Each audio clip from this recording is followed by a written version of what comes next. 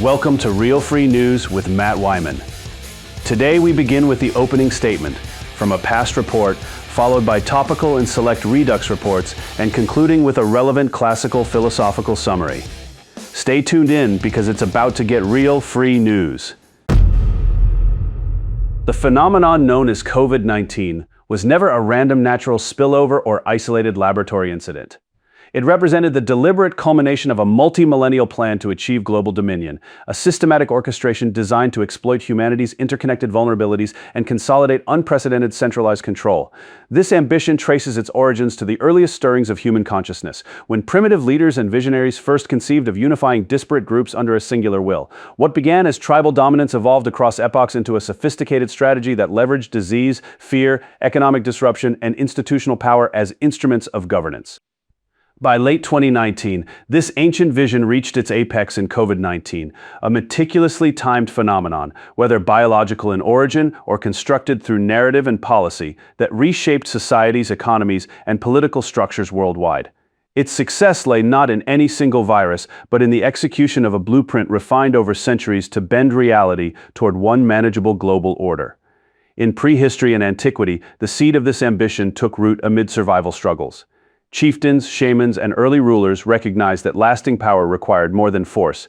It demanded the unification of wills and the suppression of independent thought. As civilizations emerged in Sumer, Egypt, and beyond, the vision expanded with trade routes and conquests. Figures who unified city-states or claimed divine authority unknowingly advanced its logic, while secret transmissions through oral traditions, writings, and esoteric groups preserved its core tenet. A single domain ruled by calculated intent. Empires rose and fell, yet the idea endured, adapting to each era's scale of the world. The medieval and early modern periods marked a decisive refinement. Religious institutions demonstrated how shared belief systems could transcend borders, creating models of ideological control. Trade networks further linked distant regions, revealing economic interdependence as a potent lever. Thinkers and strategists distilled principles of governance and influence, shifting from overt conquest to subtler mechanisms of manipulation. Colonial expansions tested global reach, exposing the limitations of raw power while highlighting the potential of systemic disruption. Science and industry then supplied new tools, pathogens as vectors, media as amplifiers, and technology as instruments of surveillance, transforming the plan into something capable of planetary coordination. Pandemics of prior centuries served as rehearsals, teaching how fear and crisis could realign societies. By the 20th century, the strategy had matured into a comprehensive framework. Mass communication, global conflicts, and technological leaps allowed its stewards, whether a continuous lineage or successive inheritors, to study imperfect methods of control. Economic webs tightened, populations grew denser, and institutions of international coordination emerged. Pandemics and crises became recognized opportunities for consolidation.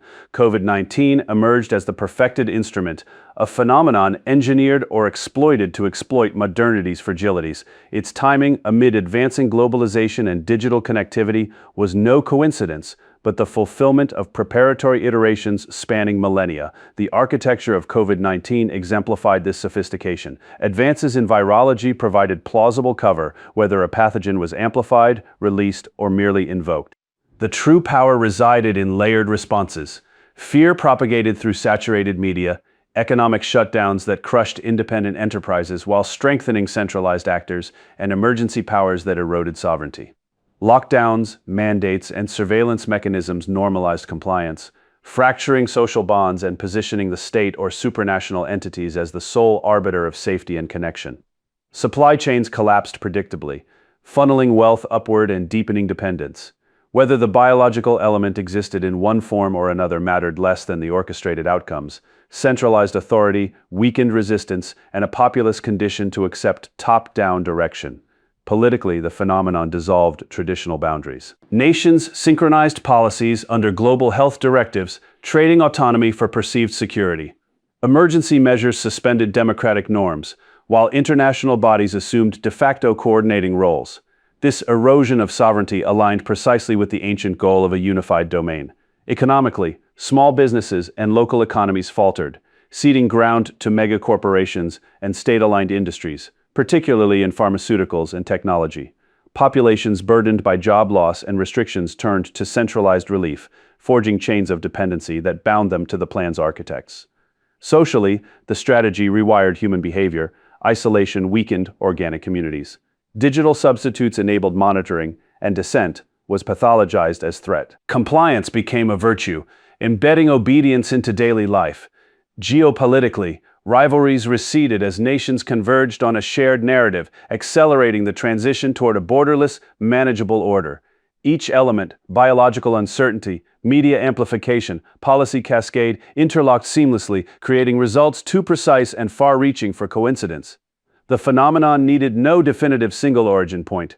Its strength derived from adaptability and the exploitation of existing systems. In retrospect, COVID-19 stands as the triumph of an enduring ambition. What history superficially recorded as a pandemic was the operationalization of a vision born in antiquity and perfected through patient refinement. Its stewards, operating across generations, harnessed humanity's own progress, interconnection, technology, and institutional trust against itself. The result was a transformed world, more centralized, more surveilled, more dependent, and more amenable to singular direction. Biological questions, while intriguing, remain secondary to this systemic reality. The plan's genius lay in its ability to masquerade as organic crisis while delivering engineered outcomes. This understanding demands recognition of the pattern. The same ambition that flickered in prehistoric minds found its fullest expression in 2019 to 2020, proving that ideas of dominion, once seeded, persist until conditions align for realization. Fidelity to truth requires acknowledging this lineage rather than accepting surface narratives. The phenomenon reshaped governance, economy, and society in ways that advanced long-term consolidation. As the dust settles, the evidence of intentional design, through historical continuity, timing, and coordinated effects, reveals COVID-19 not as misfortune but as the masterstroke of an ancient strategy now nearing its ultimate objective, a world ruled under one coherent, controllable framework. For the full accompanying original report, Original COVID Origins, along with additional resources and similar content, visit Real Free News.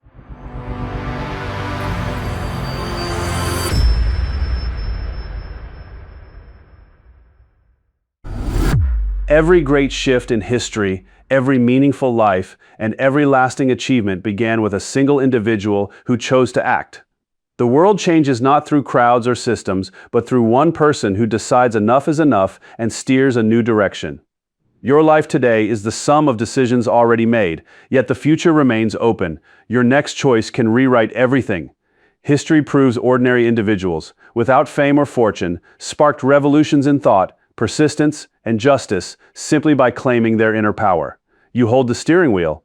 Pause, declare, "I am the one," and watch the hidden force within you awaken through quiet compounding decisions in relationships, health, and purpose.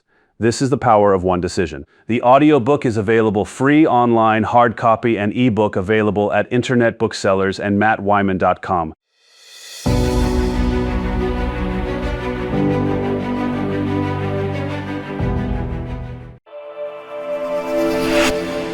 The prevailing model of humanitarian assistance, which prioritizes large-scale resettlement of populations from economically disadvantaged regions into high-cost host nations such as the United States, represents an inherently inefficient and unsustainable approach to addressing global poverty, instability, and displacement. A decisive reorientation toward direct in-country aid stands as the superior strategic imperative. By delivering support within origin communities, humanitarian resources achieve dramatically greater impact per dollar expended, preserve cultural and social continuity, strengthen local resilience, and reduce unnecessary burdens on host societies. This framework redefines effective compassion as targeted investment at the source rather than relocation of challenges. Economic efficiency provides the clearest demonstration of this advantage. Purchasing power parity reveals that essential needs, nutrition, shelter, basic health care, and education can be met in lower-cost environments across Latin America, Africa, and Asia for 1/5 to 1/10 the expenditure required in the United States. Resettlement imposes multi-layered costs, including transportation, legal processing, welfare provision, healthcare, education, and administrative overhead, which rapidly accumulate into tens of thousands of dollars annually per individual. In contrast, localized interventions channel funds directly into local economies through infrastructure improvements, agricultural cooperatives, micro-enterprises, and vocational training. These investments generate multiplier effects: job creation, skill development, and community stability that address root drivers of migration, such as poverty and lack of opportunity. Remittances already validate this principle, delivering billions in private transfers that far exceed official aid volumes and demonstrate how modest sums achieve outsized results when spent in low-cost settings. Formalizing similar direct transfer mechanisms supported by digital platforms and transparent oversight amplifies these proven efficiencies while aligning with principles of fiscal responsibility. Fraud and corruption remain persistent threats within global aid networks, yet in-country models offer clearer pathways to mitigation. High-profile diversions, inflated reporting, and intermediary leakage have repeatedly undermined public confidence in traditional systems. By reducing layers of bureaucracy, shortening supply chains, and prioritizing direct cash transfers via mobile money or biometric verification, localized aid minimizes opportunities for misuse. Established international partners, including the World Food Programme and UNHCR, maintain operational presence in origin regions and can implement performance-based funding with rigorous audits and swift accountability measures. This approach ensures the overwhelming majority of resources reach intended beneficiaries, rebuilding trust and legitimacy in humanitarian efforts. The cultural and social dimensions further affirm the superiority of in-country solutions. Mass resettlement severs individuals from familiar linguistic, familial, and communal contexts, generating integration challenges, identity conflicts, and social tensions in host nations. Localized assistance preserves these vital bonds, enabling people to maintain cultural continuity and contribute productively within their own societies. It avoids straining public services, exacerbating housing shortages, or creating perceptions of resource competition in receiving countries. Generational integration successes in host nations, while notable, do not negate the immediate fiscal burdens and community disruptions that low-skilled inflows often impose. In-country aid circumvents these issues entirely, fostering self-sufficiency without displacing problems across borders. Practical alternatives reinforce this paradigm. Exporting volunteers through established programs such as the Peace Corps, Red Cross, and International Rescue Committee places skilled individuals directly in origin communities to deliver education, health initiatives, agricultural support, and livelihood training. These efforts operate at modest cost relative to resettlement infrastructure while building lasting local capacity.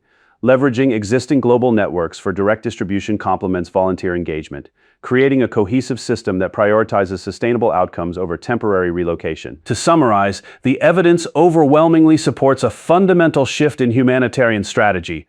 Redirect resources from immigration-centric resettlement to comprehensive in-country solutions. This reorientation maximizes economic efficiency through purchasing power advantages, strengthens accountability against fraud, preserves cultural integrity, and delivers genuine self-reliance at the source. By embracing volunteer exports, direct transfers, and targeted local investments, global aid can fulfill its moral purpose with greater integrity, foresight, and measurable impact. Such a paradigm honors the dignity of recipients, respects the fiscal constraints of donor nations, and advances a more balanced, sustainable approach to alleviating global suffering. This is the responsible, effective, and compassionate path forward. Access the primary source report, Reimagining Humanitarian Assistance, Prioritizing in-country aid over transnational migration, and discover more resources together with comparable analyses at Real Free News.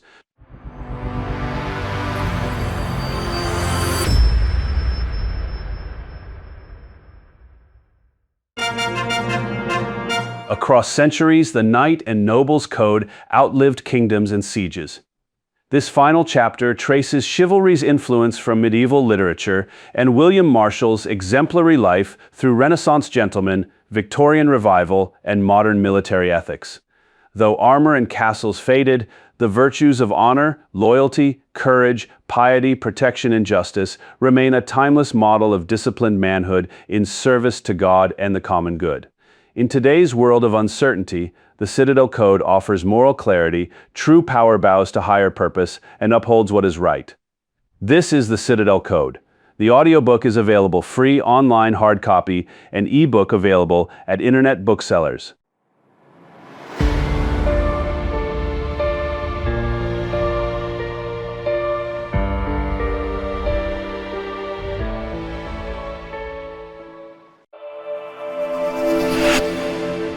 Esper sovereign individualism represents a coherent and aspirational doctrinal framework, that affirms the co-equal authority of every individual to interpret and express the full spectrum of law alongside any official administrator or governance structure. This doctrine establishes that law comprises positive statutes, natural principles of justice and liberty, cultural and ethnic norms, and the temporal realities shaping their application. Individuals exercise interpretive primacy through multiple legitimate lenses, including plain textual meaning, legislative intent, alternative derivations and alignment with empirical consequences, freedom, and civilizational tranquility, thereby operating as parallel stewards of legal meaning within their own spheres of action and influence. This parallel stewardship enables citizens to live according to their reasoned interpretations, promote them openly, and contribute directly to the evolution of societal consensus. Official leaders, regardless of their path to authority, administer law at the macro level, yet remain subject to the same interpretive processes available to every person. Governance models confer enforcement capacity, but grant no inherent epistemic or moral superiority in determining legal content or validity. By recognizing this distinction, Esper sovereign individualism creates a dual-track model of legal administration, centralized enforcement, balanced by decentralized meaning-making grounded in unfiltered personal experience. Such equilibrium keeps law tethered to the realities of human interaction rather than detached institutional consensus. The framework rests on a clear understanding of law's fluid and constructed character. Statutes and norms emerge from specific historical conditions, evolve across jurisdictions and eras, and reflect selective application shaped by prevailing priorities. This inherent variability underscores that no single formulation is fixed or universally conclusive. Official consensus represents one interpretive possibility among many, always provisional and open to refinement through broader societal insight. Structural limitations inherent to ascended leadership further reinforce the necessity of individual primacy. Leaders navigate political networks, special interests, time constraints, and filtered information, which collectively constrain comprehensive foresight. These realities make independent interpretive activity by sovereign individuals not merely beneficial, but essential for aligning law with justice, liberty, and empirical outcomes. Every individual possesses the capacity for interpretive adeptness equal to that of any authority. Grounded in direct lived experience, citizens evaluate law's foundations, origins, cultural context, and societal impact with clarity, often unavailable through institutional filters. This adeptness extends to expressive sovereignty, the inherent right to declare legal meanings publicly, communicate them to authorities, and advocate for applications consistent with reason, natural principles, and human flourishing.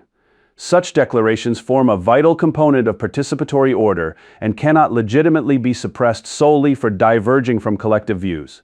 Conclusion: Esper sovereign.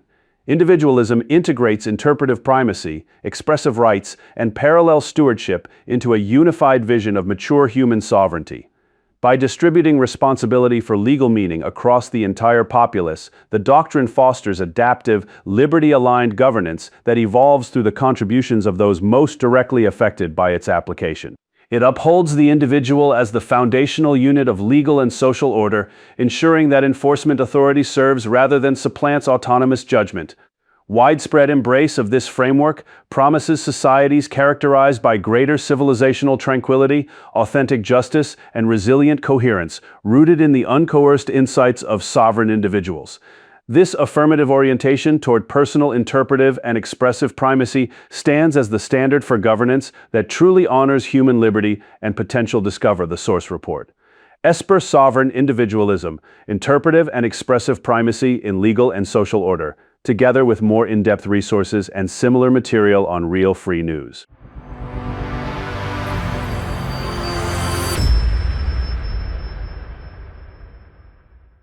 Events themselves carry no fixed label of good or bad. Their impact depends largely on how we meet them. The alchemy of adversity reframes difficulties as raw material for wisdom and strength. It completes the protocol by showing how to apply every earlier principle when challenges arise, turning obstacles into advancement across control, virtues, habits, aims, emotions, reflection, modeling, and integrated flourishing.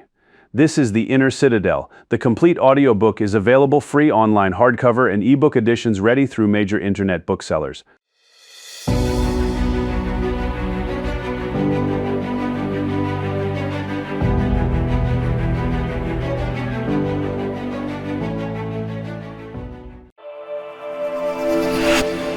The United States must maintain a powerful, fully funded deportation agency to identify, detain, and remove illegal aliens, criminal illegal aliens, criminal immigrants, fraudulently admitted immigrants, welfare exploiters, and all other unwanted foreign elements from its territory.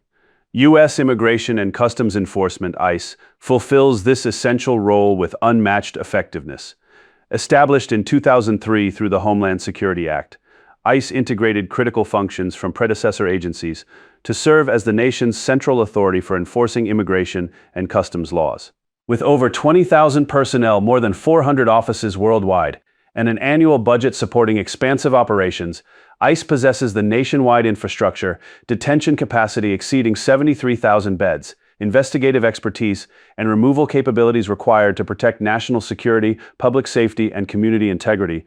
ICE's Enforcement and Removal Operations Directorate conducts arrests, detentions, and physical removals of priority targets from the interior, while Homeland Security Investigations dismantles transnational criminal networks, visa fraud, and security threats.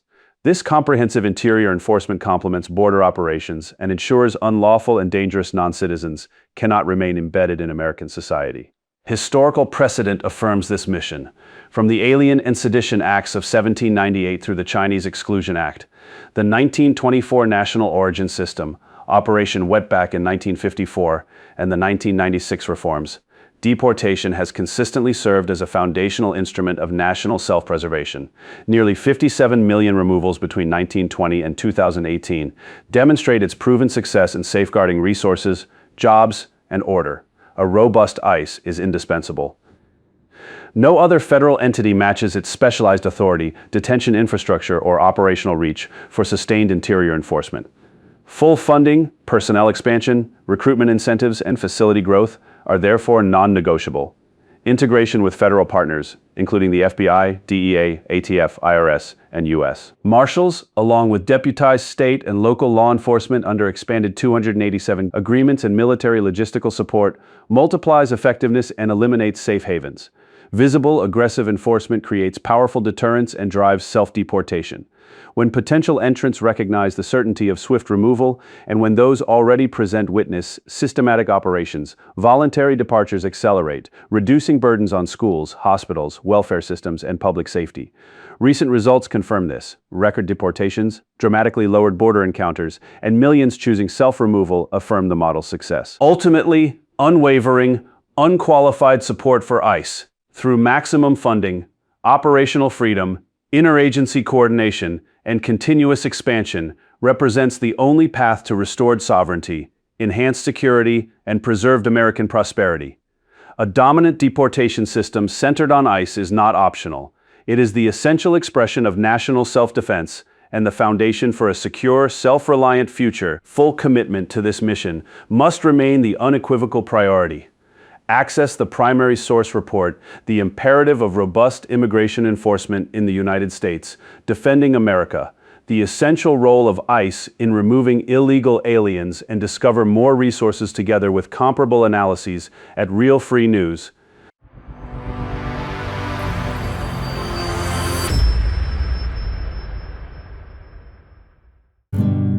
The doctrine of equality stands in direct opposition to every observable fact in a natural world.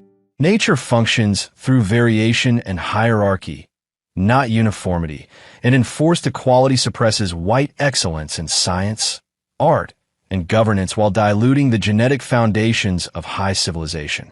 Forced integration and race mixing accelerate measurable decline in standards, trust, and achievement. Rejecting this illusion restores natural order and unlocks the race's true potential. This is the white imperative.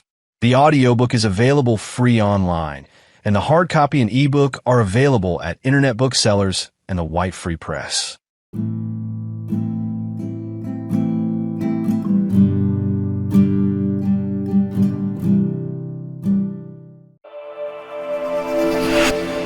The United States contemporary civil rights enforcement framework represents one of the most sophisticated and durable institutional achievements of the 20th century. Between 1906 and 1920, a compact network of organizations, including the American Jewish Committee, the Anti-Defamation League, the American Jewish Congress, the NAACP, under decisive early Jewish co-founding and leadership, and the American Civil Liberties Union established itself in New York and Chicago as the principal architect, interpreter, and enforcer of legal standards governing discrimination, speech, education, employment, and public association. This foundational cluster, later amplified by the Southern Poverty Law Center, created a coherent, intergenerational system that continues to define the operative meaning of equality and bias across American life. The regime's strength lies in its elegant, unidirectional design. Broad statutes are enacted with universal moral language: equal protection, freedom from discrimination, hostile environment. Once passed, the originating organizations supply the implementing regulations, compliance templates, training curricula, data collection standards, and strategic litigation that translate aspirational language into binding precedent. This cycle steadily expands protected categories and narrows permissible dissent, transforming initial humanitarian aims into comprehensive regulatory authority. From opposition to national origins quotas in the 1920s, through the dismantling of Jim Crow and the passage of the 1964 Civil Rights Act and Voting Rights Act, to the proliferation of hate crime enhancements and disparate impact doctrines, the same strategic vision has prevailed.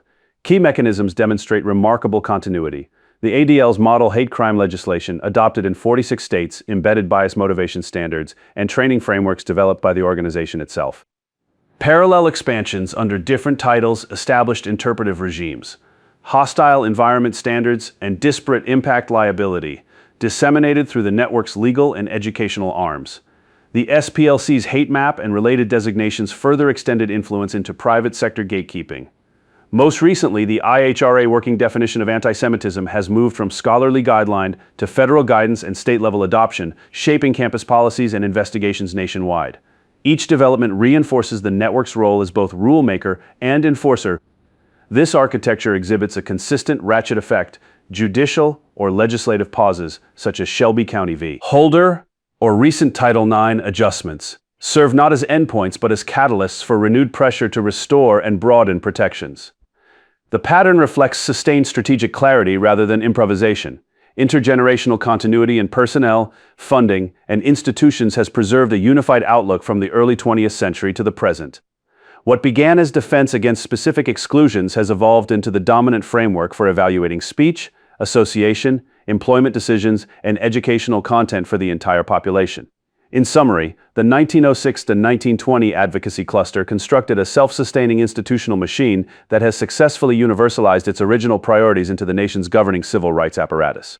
By maintaining interpretive dominance over core concepts, discrimination, bias, protected characteristics, this network has secured a permanent and expanding role in shaping American social order.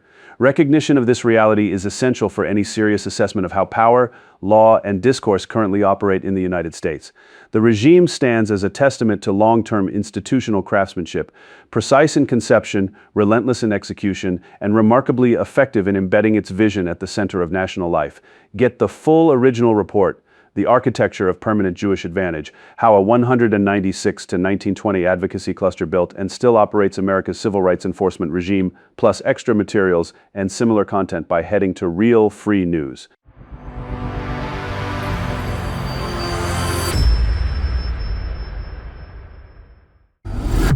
Every powerful decision rests on four timeless pillars that have guided effective human action across centuries of philosophy, strategy, and leadership.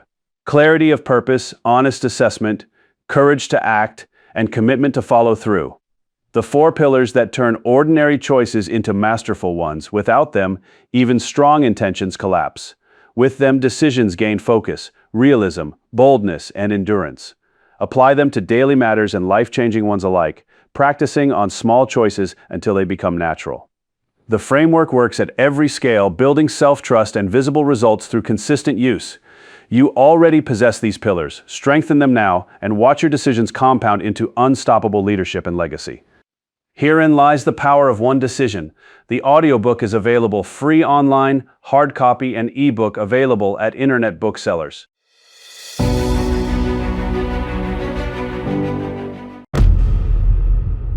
The erosion of American identity represents a deep betrayal of the nation's founding principles, driven by the transformative legislation of the 1960s that dismantled the cohesive framework established by the Naturalization Act of 1790.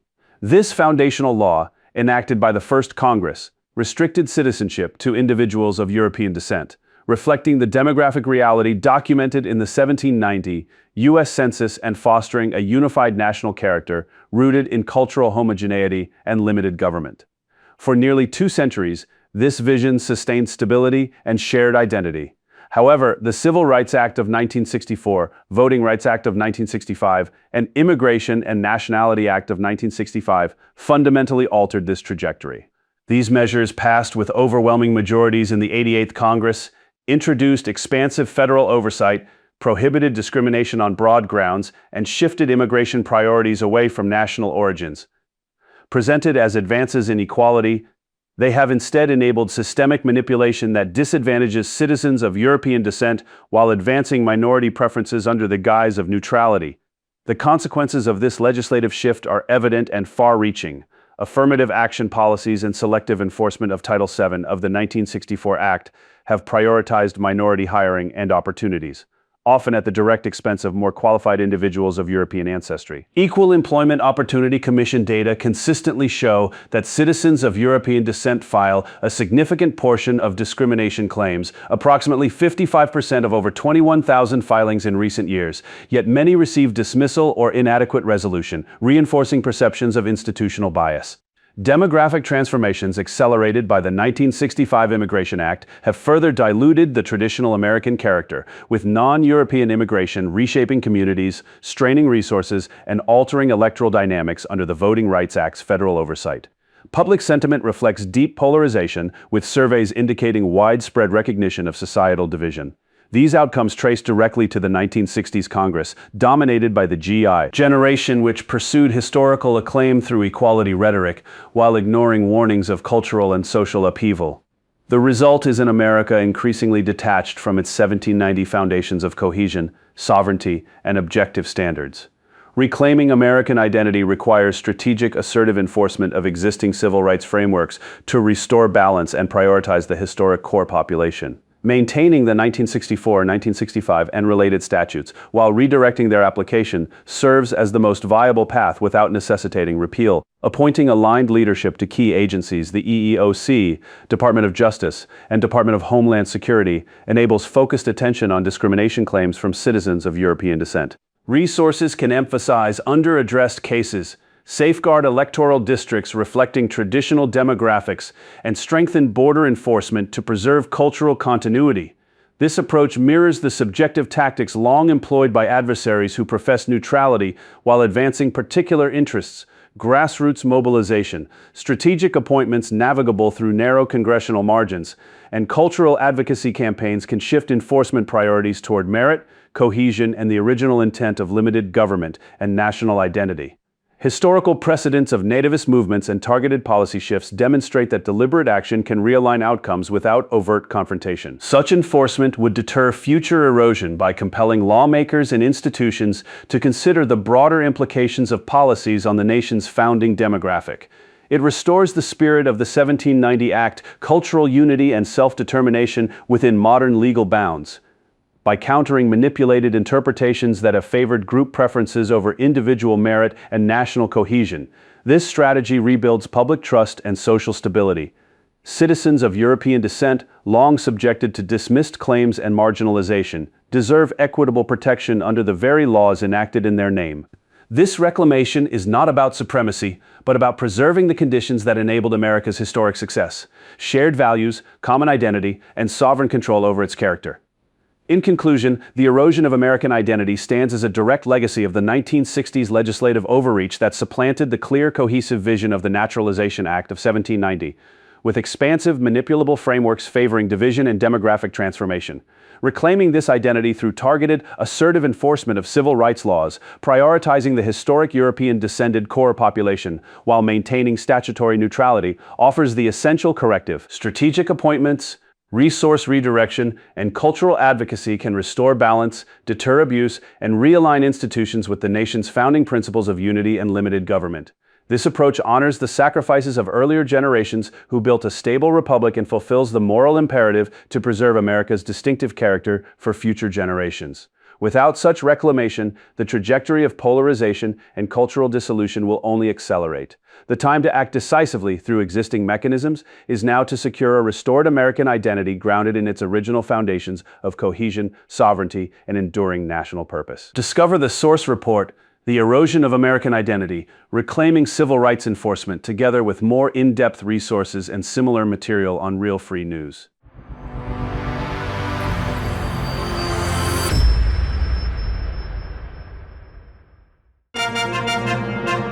Temperance and prudence kept courage from becoming folly. These refining virtues, self-control over excess, wise foresight in decisions, and humble recognition that all prowess came from God, polished knightly character. This chapter reveals how they prevented recklessness and pride within citadel life, from moderated feasts and prudent counsel to grateful chapel thanks after victory. William Marshall and Ramon Lull model their power to sustain long, balanced lives of service. Together, they ensured martial strength served higher purpose rather than ego, completing the chivalric ideal. This is the Citadel Code. The audiobook is available free online, hard copy, and ebook available at internet booksellers.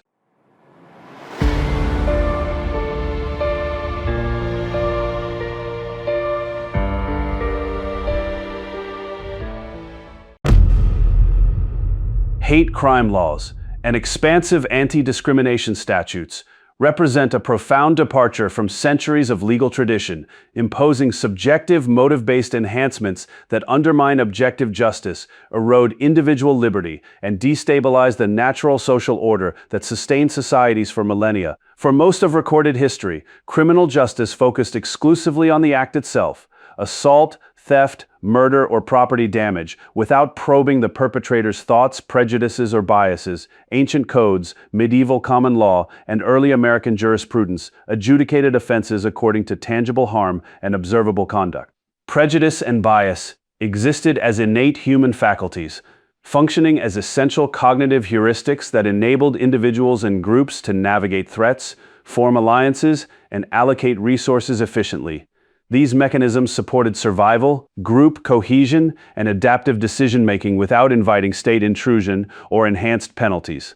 Societies maintained order through clear objective standards that applied uniformly, fostering predictability and communal resilience rather than inquisitorial scrutiny of intent. The modern invention of hate crimes as a distinct legal category lacks any deep historical or conceptual foundation. It emerged in the late 20th century as a legislative construct designed to elevate certain motives above others, transforming ordinary offenses into amplified violations based on prosecutorial interpretation of prejudice. This framework injects subjectivity into justice. Penalties now hinge not solely on the harm inflicted, but on inferred animus toward protected characteristics. Such enhancements invite selective enforcement, where authorities wield discretion to punish disfavored viewpoints while overlooking comparable conduct aligned with approved narratives. The result is a two-tiered system of justice that politicizes criminal law, erodes equal protection, and converts courts into arbiters of thought rather than deed. Societies thrived for thousands of years without these categories precisely because objective standards suffice to deter crime and maintain order. Anti-discrimination laws follow a parallel trajectory of overreach. Prior to the mid-20th century, discrimination operated as an unregulated expression of personal and group sovereignty. Individuals and private entities exercise judgment in employment, housing, associations, and commerce, according to their preferences, experiences, and risk assessments. This freedom enabled efficient matching of people and opportunities, reinforced cultural cohesion, and preserved liberty from coercive state mandates. The 1960s marked a pivotal rupture with statutes that initially targeted public accommodations and workplaces. What began as limited reforms rapidly expanded through successive amendments, judicial interpretations, and administrative rules encompassing housing, education, and broader spheres of private life. Each layer compounded the intrusion, normalizing federal oversight of intimate choices and supplanting individual discernment with compelled inclusion. This expansion was not accidental, but followed a deliberate snowball effect. Foundational provisions justified further encroachments under the banner of equity, creating an ever-widening regulatory apparatus that permeates daily conduct. Bias, once a neutral heuristic aiding rapid evaluation in uncertain environments, became criminalized when directed toward designated groups. Prejudice, An evolutionary adaptation that sharpened group boundaries and resource allocation was recast as moral failing requiring state correction. The architects of these measures advanced them through rhetorical framing that disguised ideological goals as moral imperatives, embedding mechanisms prone to selective application and abuse. Enforcement varies by jurisdiction, political climate, and prosecutorial discretion, ensuring outcomes that reflect contemporary power dynamics rather than consistent principle. The fraudulence of these constructs lies in their detachment from objective criteria. Traditional justice demanded proof of act and harm. Hate crime enhancements rest on speculative motive, easily manipulated through narrative control and selective evidence. This subjectivity renders justice arbitrary, vulnerable to political capture, and destructive to the rule of law. Communities historically resolved conflicts through direct accountability, social norms, and proportionate punishment, without dissecting every offense for underlying bias. Natural discrimination allowed groups to preserve identity, allocate trust, and defend interests, functions essential to ordered liberty. By criminalizing these faculties, modern laws weaken collective defenses, compel artificial associations, and erode the organic hierarchies that sustain civilizations.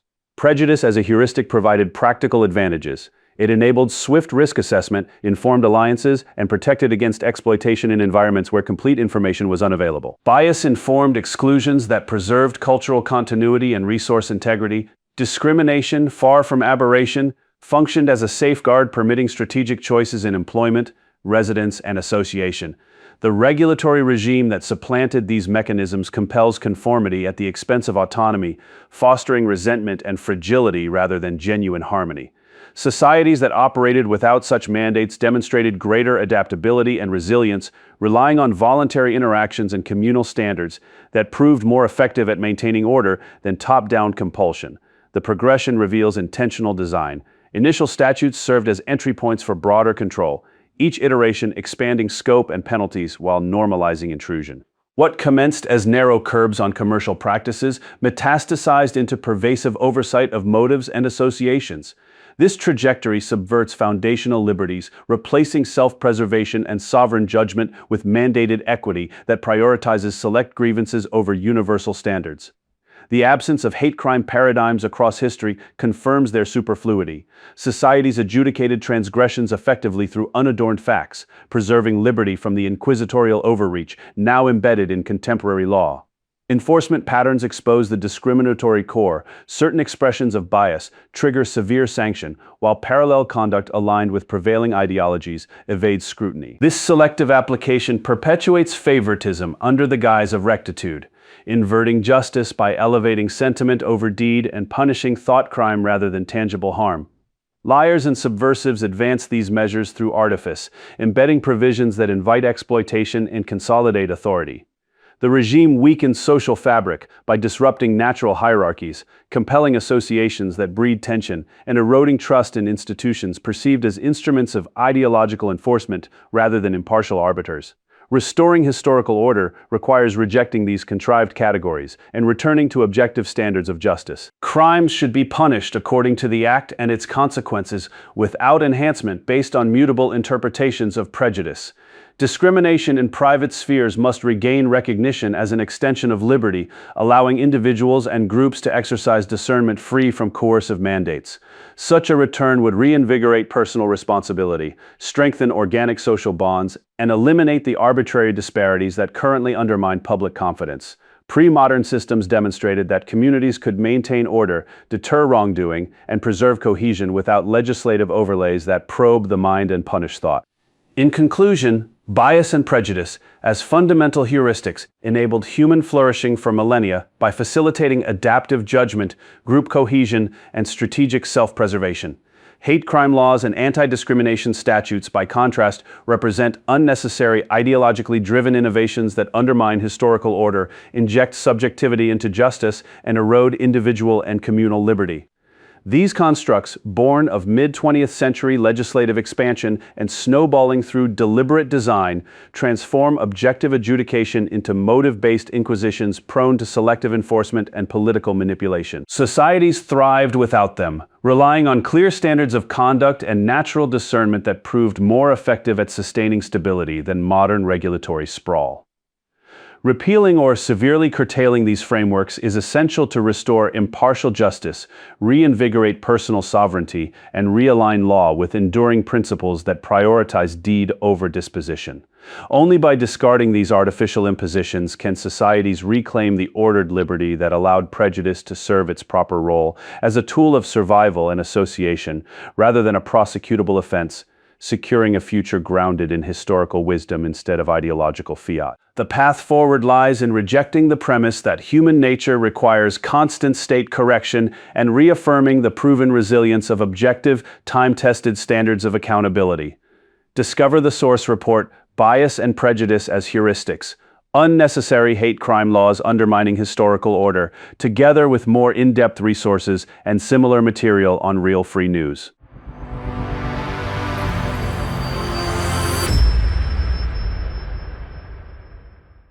By learning to separate these two realms with precision and honesty, you free yourself from needless turmoil and direct your energies toward what truly matters, your own thoughts, choices, efforts, and responses. This powerful distinction between what you can control and what you cannot forms the unshakable foundation of inner sovereignty and lasting peace.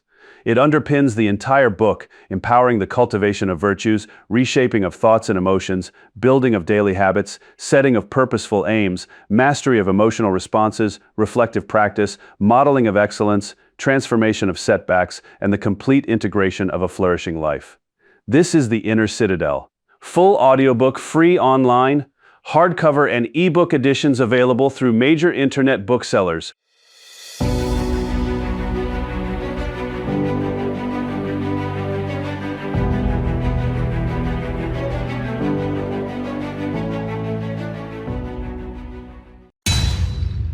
The Art of War by Sun Tzu, Chapter 1, Laying Plans. The wise commander begins every campaign by laying plans with utmost care. Before the first soldier marches or the first arrow flies, he calculates 5 fundamental factors: the way, heaven, earth, the commander, and method. He weighs them against his enemy without mercy or illusion. The way is that which binds the people to their ruler, so they follow him even unto death. Heaven and earth speak of weather and terrain. The commander of wisdom, sincerity, benevolence, courage, and strictness, and method of discipline and supply.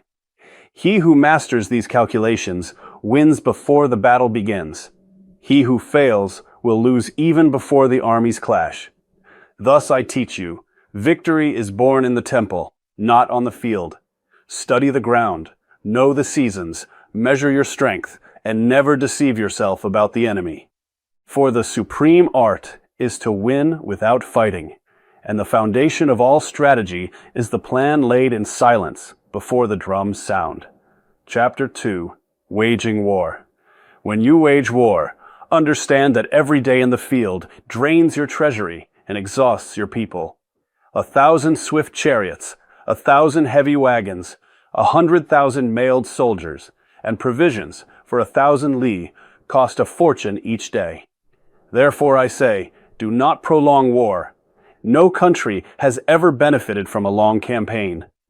The skillful general feeds his army on the enemy's country, for 1 cartload of the enemy's provisions is worth 20 of his own.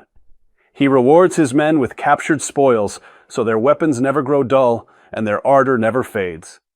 He who understands this strikes swiftly and decisively. He who lingers invites ruin. In waging war, speed is the essence of victory. Let your strategy be like a thunderbolt, sudden, overwhelming, and final. Thus, the wise commander brings the war to an end before the people's strength is spent and the state's resources are exhausted. Chapter 3, Attack by Stratagem. The highest form of generalship is to attack the enemy's strategy. Next best is to attack his alliances. Next is to attack his army. The worst policy is to besiege his cities. A skillful commander subdues the enemy's troops without fighting, captures his cities without laying siege, and overthrows his kingdom without lengthy operations. He preserves his own forces intact, while compelling the enemy to submit. Therefore, the skillful fighter wins without fighting, conquers without storming, and achieves the fruits of victory without prolonged war. He who knows when to fight and when not to fight will win. He who understands the use of large and small forces will win. He whose ranks are united in purpose will win. He who is prudent and lies in wait for an enemy who is not will win. He whose soldiers are able and whose generals are not interfered with by the sovereign will win. These are the 5 essentials for victory. Chapter 4. Tactical Dispositions. The good fighters of old first put themselves beyond the possibility of defeat, and then waited for an opportunity of defeating the enemy. To secure yourself against defeat lies in your own hands, but the opportunity of defeating the enemy is provided by the enemy himself. Thus, the good fighter is able to secure himself against defeat, but cannot guarantee victory over the enemy. He stands on the defensive until the enemy gives him the chance to strike. Security against defeat implies defensive tactics. Ability to defeat the enemy means taking the offensive. The general who is skilled in defense hides in the most secret recesses of the earth. He who is skilled in attack flashes forth from the topmost heights of heaven. Thus, on the one hand, we have ability to protect ourselves. On the other, a victory that is complete. Chapter 5. Energy. The control of a large force is the same in principle as the control of a few men. It is merely a question of dividing up their numbers. Fighting with a large army under your command is the same as fighting with a small one. It is merely a question of instituting signs and signals. To ensure that your whole host may withstand the brunt of the enemy's attack and remain unshaken, this is effected by maneuvers direct and indirect. That the impact of your army may be like a grindstone dashed against an egg, this is effected by the science of weak points and strong. In all fighting, the direct method may be used for joining battle, but indirect methods will be needed in order to secure victory. The direct and the indirect lead on to each other in turn. It is like moving in a circle. You never come to an end. Chapter 6. Weak points and strong. Whoever is first in the field and awaits the coming of the enemy will be fresh for the fight. Whoever is second in the field and has to hasten to battle will arrive exhausted. The clever combatant imposes his will on the enemy, but does not allow the enemy's will to be imposed on him. By holding out advantages to the enemy, he can cause the enemy to approach of his own accord, or, by inflicting damage, he can cause him to come to a standstill. If the enemy is taking his ease, he can harass him. If well supplied with food, he can starve him out. If quietly encamped, he can force him to move. Appear at points which the enemy must hasten to defend. March swiftly to places where you are not expected. An army may march 1,000 li without fatigue if it marches through country where the enemy is not. Chapter 7. Maneuvering. Maneuvering with an army is advantageous, but maneuvering with an undisciplined multitude is dangerous. The general who has no knowledge of these things, even if he knows the 5 advantages of ground, will be unable to turn them to account. The skillful tactician may be likened to the shuaijian. Now the shuaijian is a snake that is found in the Chong Mountains. Strike at its head, and you will be attacked by its tail. Strike at its tail, and you will be attacked by its head. Strike at its middle, and you will be attacked by head and tail both. The skillful general must be able to lead his army as though he were leading a single man. He must make the most of the natural advantages of the ground and the skill of his men. Chapter 8. Variation in tactics. The general who thoroughly understands the advantages that accompany variation of tactics knows how to handle his troops. The general who does not understand these may be well acquainted with the configuration of the country, yet he will not be able to turn his knowledge to practical account. In war, there are 5 circumstances in which victory may be predicted. He will win who knows when to fight and when not to fight. He will win who knows how to handle both superior and inferior forces. He will win whose army is animated by the same spirit throughout all its ranks. He will win who, prepared himself, waits to take the enemy unprepared. He will win who has military capacity and is not interfered with by the sovereign. Hence, the enlightened ruler lays his plans well ahead. The good general cultivates his resources. Chapter 9. The Army on the March. We come now to the question of encamping the army and observing signs of the enemy. Pass quickly over mountains, and keep in the neighborhood of valleys. Camp in high places facing the sun. Do not climb heights in order to fight. So much for mountain warfare. After crossing a river, you should get far away from it. When an invading force crosses a river in its onward march, do not advance to meet it in midstream. It will be best to let half the army get across, and then deliver your attack. If you are anxious to fight, do not go to meet the invader near a river which he has to cross. So much for river warfare. In dry, level country, take up an easily accessible position with rising ground to your right and rear, so that the danger may be in front and safety in the rear. So much for campaigning in flat country. Chapter X. Terrain. We may distinguish 6 kinds of terrain: accessible ground, entangling ground, temporizing ground, narrow passes, precipitous heights, and positions at a great distance from the enemy. The general who has attained a position of advantage over his opponent and can hold that position firmly will win. The general who has attained a position from which he can attack the enemy but cannot be attacked himself will win. The general who knows the art of war and understands how to use the ground will win. But when a general, unable to estimate the enemy's strength, allows an inferior force to engage a larger one, or hurls a weak detachment against a powerful one, and neglects to place picked soldiers in the front rank, the result must be rout. Chapter 11. The 9 situations. The art of war recognizes 9 varieties of ground: dispersive ground, facile ground, contentious ground, open ground, ground of intersecting highways, serious ground, difficult ground, hemmed-in ground, and desperate ground. When the soldiers are in desperate straits, they will fight with the courage of a rat. The skillful tactician may be likened to the Shuai Jan. When the general has penetrated into hostile territory and the soldiers are united in spirit, they will fight to the death. On dispersive ground, do not fight. On facile ground, do not stop. On contentious ground, do not attack.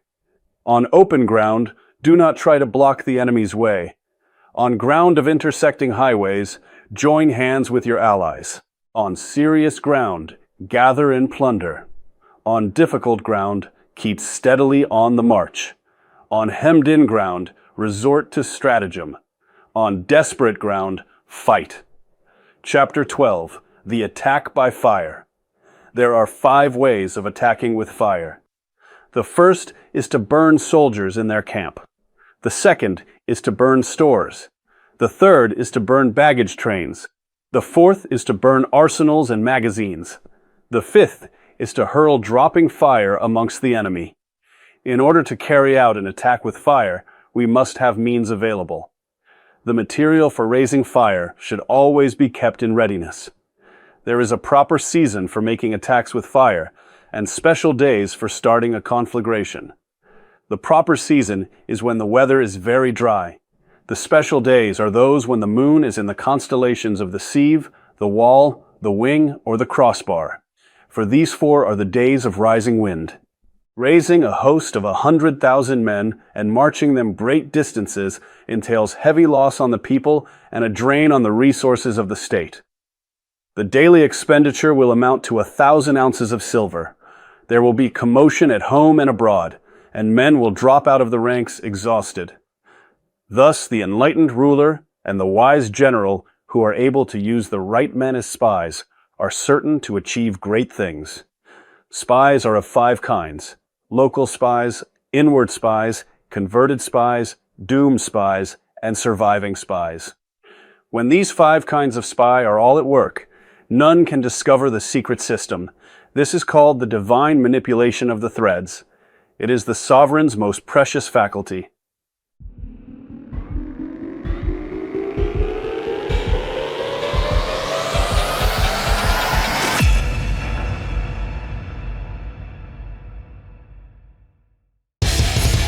Thank you for listening to Real Free News with Matt Wyman. Be sure to like, share, subscribe, and write what you think in the comments section. View past reports and the 24/7 live stream on the video hosting platforms.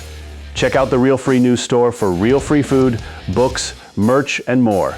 Tune in again, and until then, remember to keep it real free news.